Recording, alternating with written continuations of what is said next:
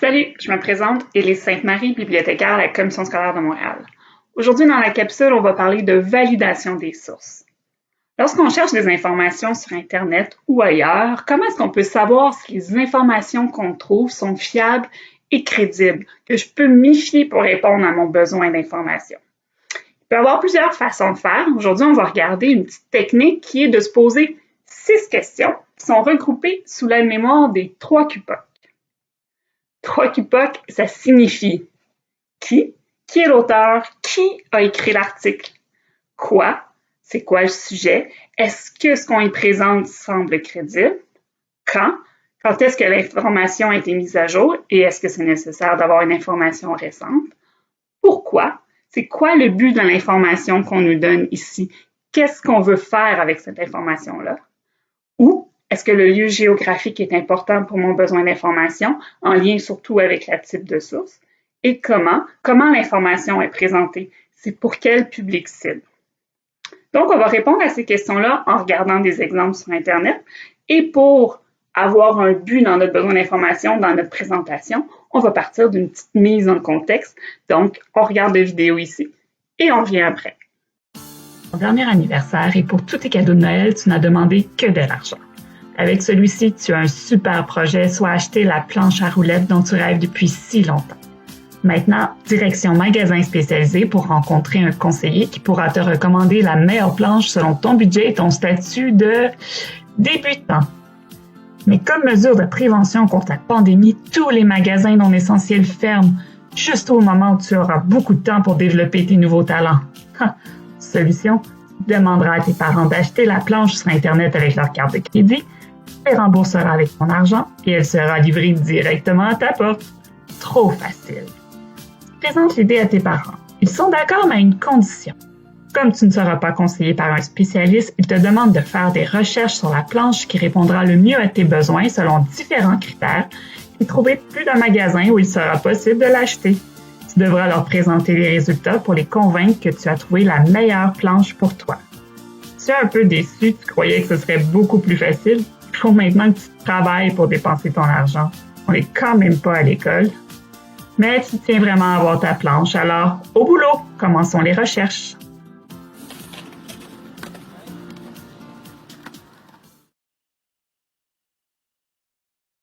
Donc, on cherche des renseignements pour l'achat d'une planche à roulettes pour quelqu'un qui débute dans le sport. Alors, disons que toi, tu veux faire l'achat d'une planche à roulettes, donc le sujet t'intéresse, tu as peut-être déjà quelques informations que tu connais, mais tu sais que tu as besoin de plus de détails sur ces 4 points suivants. 1. La largeur de la planche. 2. La forme de la planche. 3. Sur les fixations, plus communément appelées les trucks dans le domaine, et sur la grosseur des roues. Il va toujours se rappeler qu'on parle d'un planchiste débutant qui a besoin de ces informations de base-là pour pouvoir acheter une planche. Alors, pour pas que la capsule dure trop longtemps, on a déjà identifié quelques sites qui peuvent répondre à ces questions-là et on va voir s'ils répondent à nos questions de recherche et à nos critères d'évaluation, soit les 3 QPOC. Tu vas voir qu'une fois qu'on comprend bien ces questions, on peut faire assez rapidement une évaluation d'une source d'information et décider si on la garde ou non. Alors, on va commencer notre validation des sources avec notre première source et l'article « Comment choisir son skate lorsqu'on est débutant » sur le site independentstreet.fr. Donc, le titre, ça commence bien comme titre pour l'information qu'on cherche. Alors, notre première question à vérifier, qui est l'auteur de cet article? Premièrement, un auteur n'est pas obligé d'être une personne physique. Ça peut être un gouvernement, une institution, une école, un gouvernement, je l'ai déjà dit. Donc, c'est pas obligé d'être quelqu'un de physique. Donc, ici, c'est vraiment Independent Street qui est l'auteur de l'article. Mais qui est Independent Street? Là, on va descendre tout au bas de la page. Alors, c'est marqué nos magasins. Donc, si on regardait comme il faut, Independent Street, c'est une chaîne de magasins spécialisée, donc, dans la planche à roulettes. Donc, il y a de très bonnes chances qu'elle sache un peu de quoi on parle. Alors, le quoi? La pertinence des informations trouvées. Là, c'est la première source qu'on vérifie. Donc, ça va être dur de dire si les informations sont crédibles ou pas. Donc, il va falloir vérifier d'autres sites pour comparer les informations. Mais est-ce qu'on trouve toute l'information qu'on a besoin pour nos 4 questions? Oui, on ne vérifiera pas tout en détail, mais par exemple, ici, pour ce qui est de la largeur de la planche, on dit que le 8 pouces est le meilleur compromis. Si on ne sait pas parce qu'on est débutant, si on va faire plus du skatepark ou utiliser notre planche pour plus se promener dans les rues avec nos amis, par exemple. Le quand, on veut savoir si l'information est toujours actuelle. Le site ici n'a pas de date de mise à jour ou de publication de l'article. Mais on peut se dire que même si l'information date d'il y a quelques années, il y a des bonnes chances que ça soit encore valide. C'est pas obligé d'être super actuel comme information. Et le pourquoi on a publié cette information-là? Ben, on a dit que Independence Street, c'était le magasin. On le voit on essaie ici de nous vendre un chandail, on a un panier où on peut mettre des articles. Donc, nous, c'est sûr que notre but premier, c'est de s'informer et ils font bien, mais c'est sûr qu'eux espèrent aussi que vous allez acheter après votre planche dans leur magasin. Donc, c'est quand même un de leurs buts de faire de la publicité pour leur magasin, tout en informant. Et finalement, le comment. Ben, l'info est quand même bien présentée. Je comprends assez bien, même si j'aurais aimé que certains termes plus techniques soient mieux expliqués pour quelqu'un qui ne connaît pas grand-chose, mais c'est facile de s'y retrouver.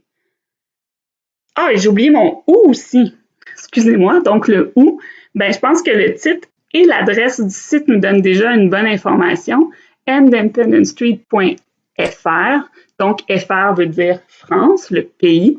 Donc, et on a un autre indice ici dans notre panier qui est en euros et pas en dollars canadiens.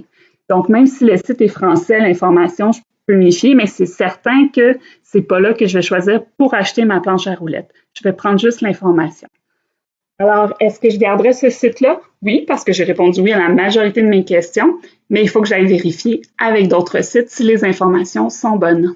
Donc, deuxième source. Alors, deuxième source à valider.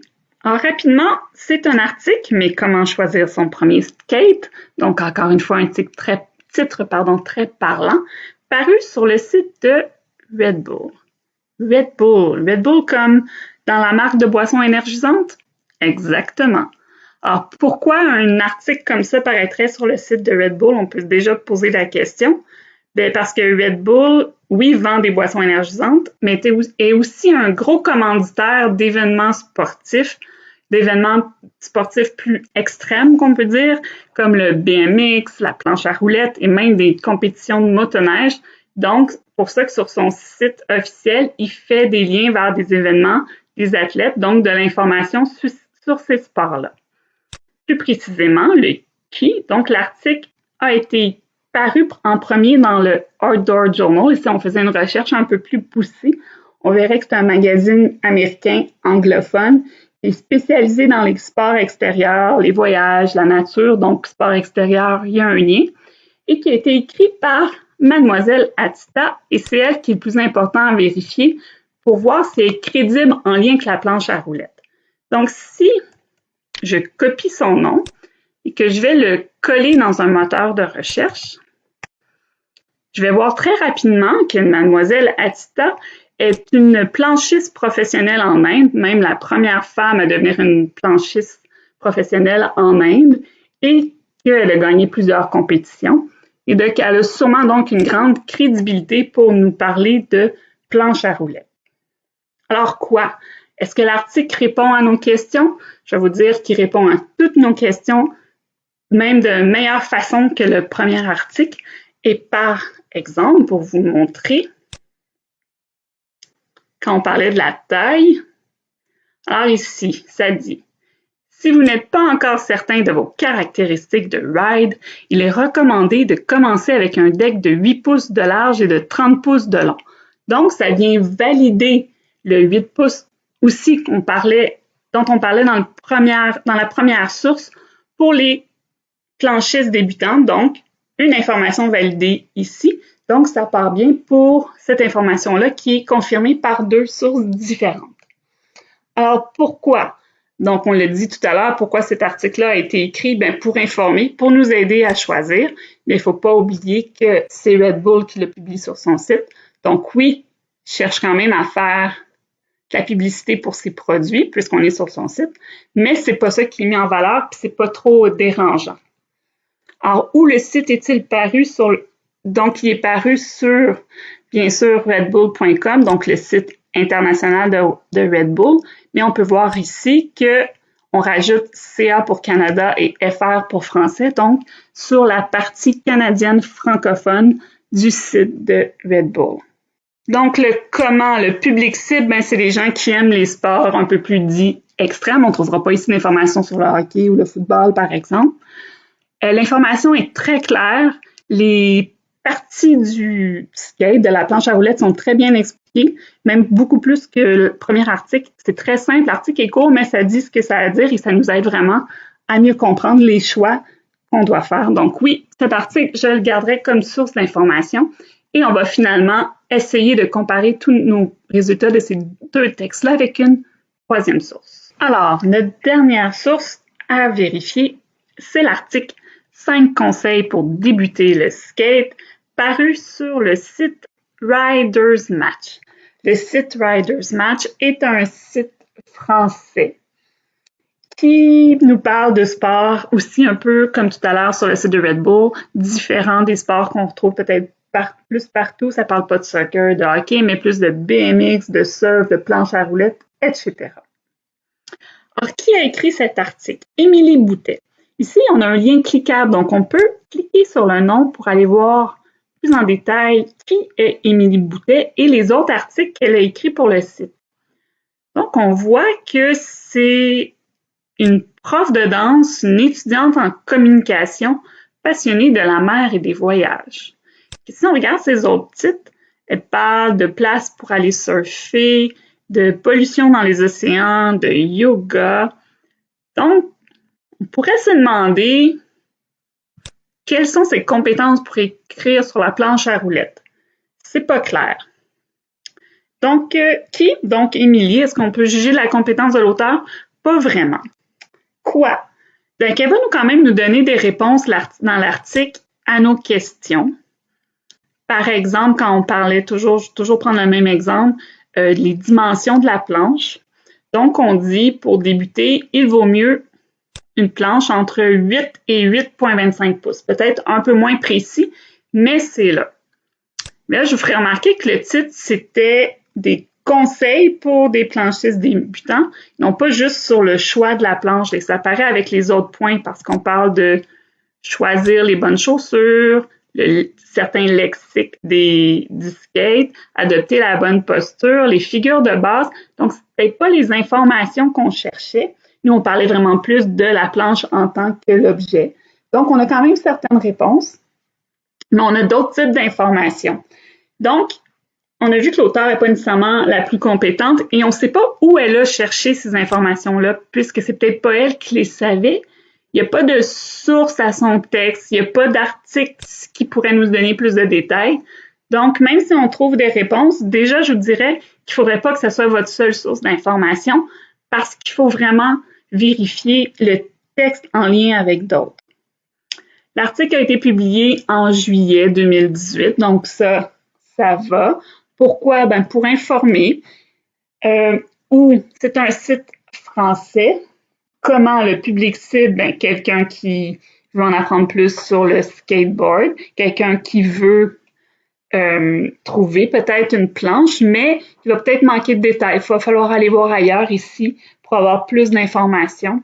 Puis, il y a quand même beaucoup de liens vers d'autres sites, d'autres articles du site. Donc, mais le texte est quand même bien présenté juste dans la partie de gauche. Donc, le site, oui, bonne information, mais c'est pas assez comme source. Une chance qu'on en avait d'autres. Alors, après avoir analysé, évalué nos 3 sources d'information, on a quand même un portrait plus précis de ce qu'un planchiste débutant a besoin.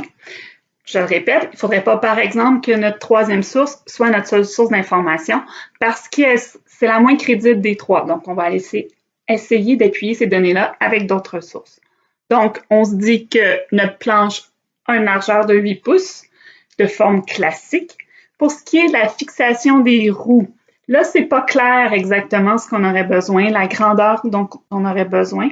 Donc, peut-être que ça vaudrait la peine ici de consulter quelqu'un de spécialisé dans le domaine parce qu'une personne peut être une très bonne source d'information aussi.